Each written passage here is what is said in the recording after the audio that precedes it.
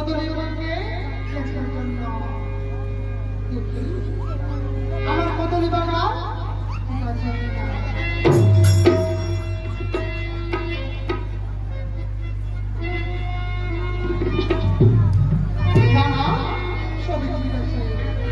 আমি চলে যাবো গুরু বর্মা তপস্যার কারণে। ওম শান্তি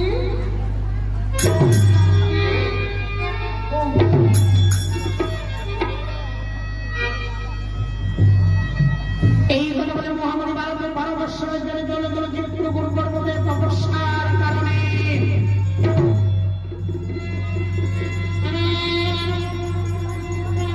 ওই দিনে মা জননী সীতা দেবী বনবাসে প্রসব যন্ত্রণায় ছটফট করেছিলেন। মহাবলী বাল্মীকির কদলী বলে সীতা দেবী গর্ভে থেকে এবার লবপুত্র জন্ম নিয়েছে।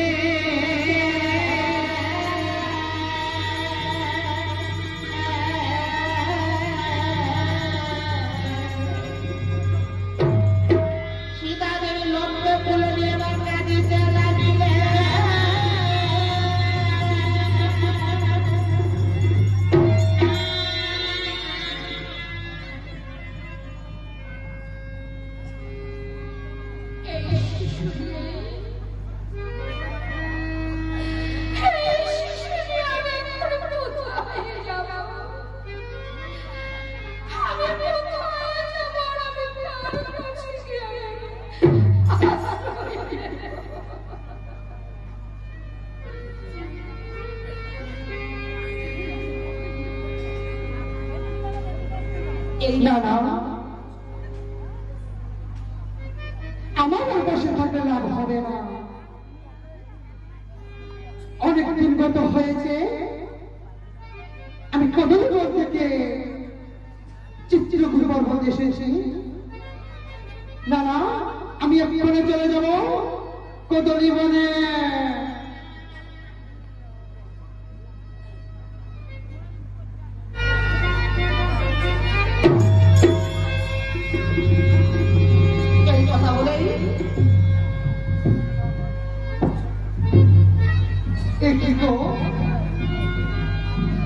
এই কদলীবনে কোনো মানব প্রবেশ করতে পারে না।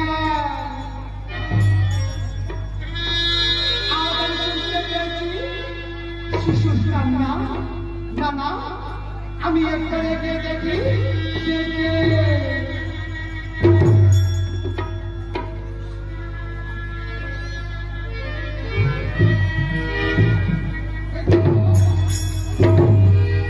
তুমি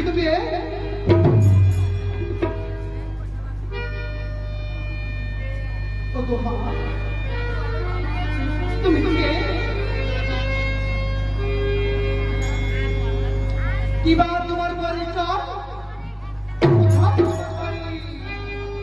আর এই জগতে কেমন হয় তোমার মাতা আর এই জগতে কেমন হয় তোমার পিতা। এই কথা সীতা দেবী যখন শুনল বিনয় করে সীতা দেবী এবার বলে দাঁড়িল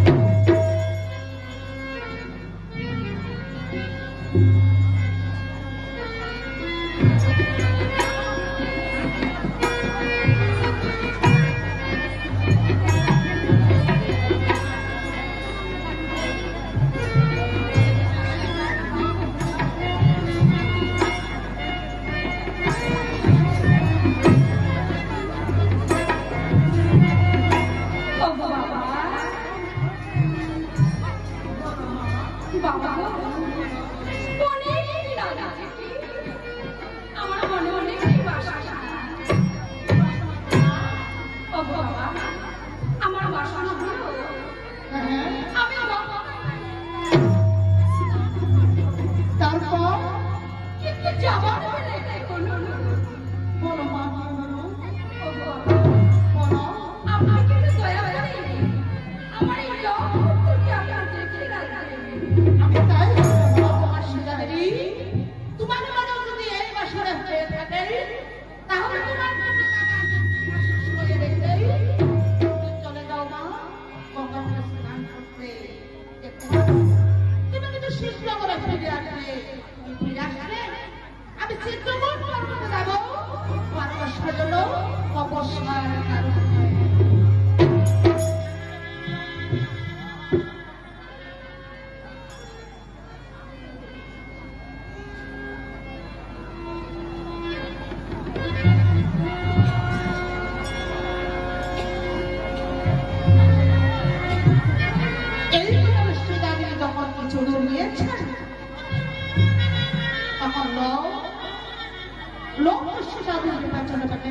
তিনি চলে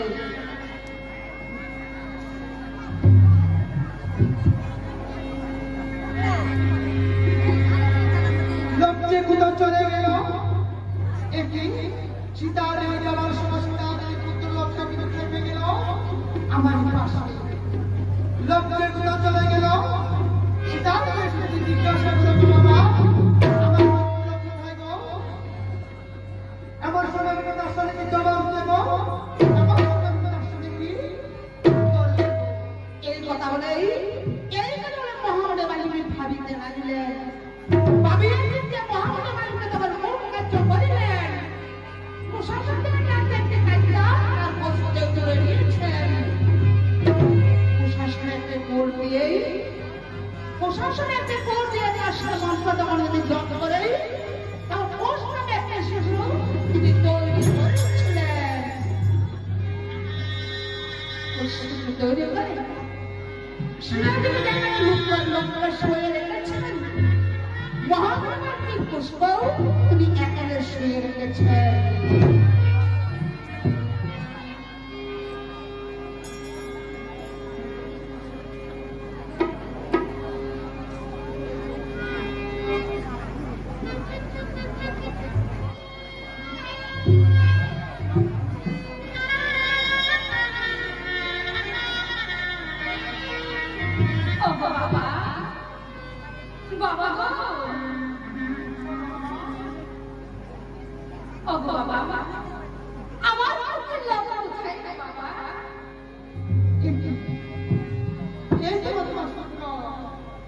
আমারই পাশে শুয়ে আছে।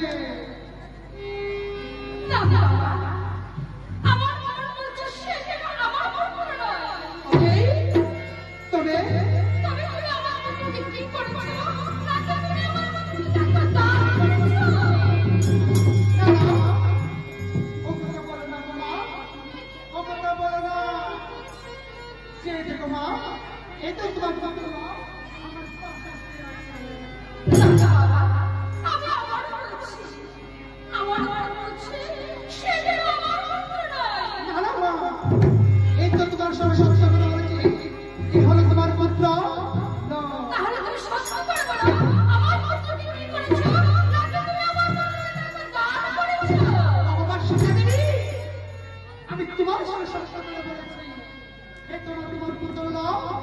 আমার পাশে শুয়ে আছে। দুইবার বলেছে, তিনবার বলেছে। বলো মা, সে যদি আমার পুত্র হয়ে থাকে তাহলে এই সীতাদেবী লক্ষ্য নিয়ে মহাপ্রভুকে কোলে তুলে নিয়েছে।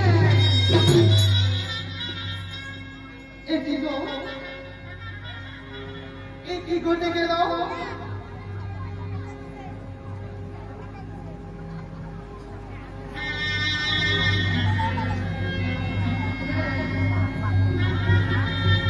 তোমার সীতা দেবী তোমার সত্য আমার মেয়ে। তবে শোনো, তোমার কাছে একটি নিবেদন যা হওয়ার তো হয়েছে। আজকে তুমি আমার একটি কথা মা রক্ষা করতে হবে। কি কথা রক্ষা করতে হবে? এতদিন ছিল তোমার একটি পুত্র, আজ কিন্তু হয়েছে তোমার দুইটি পুত্র। তবে শুনো শুনো শুনো, কে ছেলে নাম রাখলে তুমি লও, আর কে ছেলে নাম রাখলে তুমি কুশ। যাও মা, তুমি তোমার লক্ষ্মীর পুত্রের চলে গেছে তোমার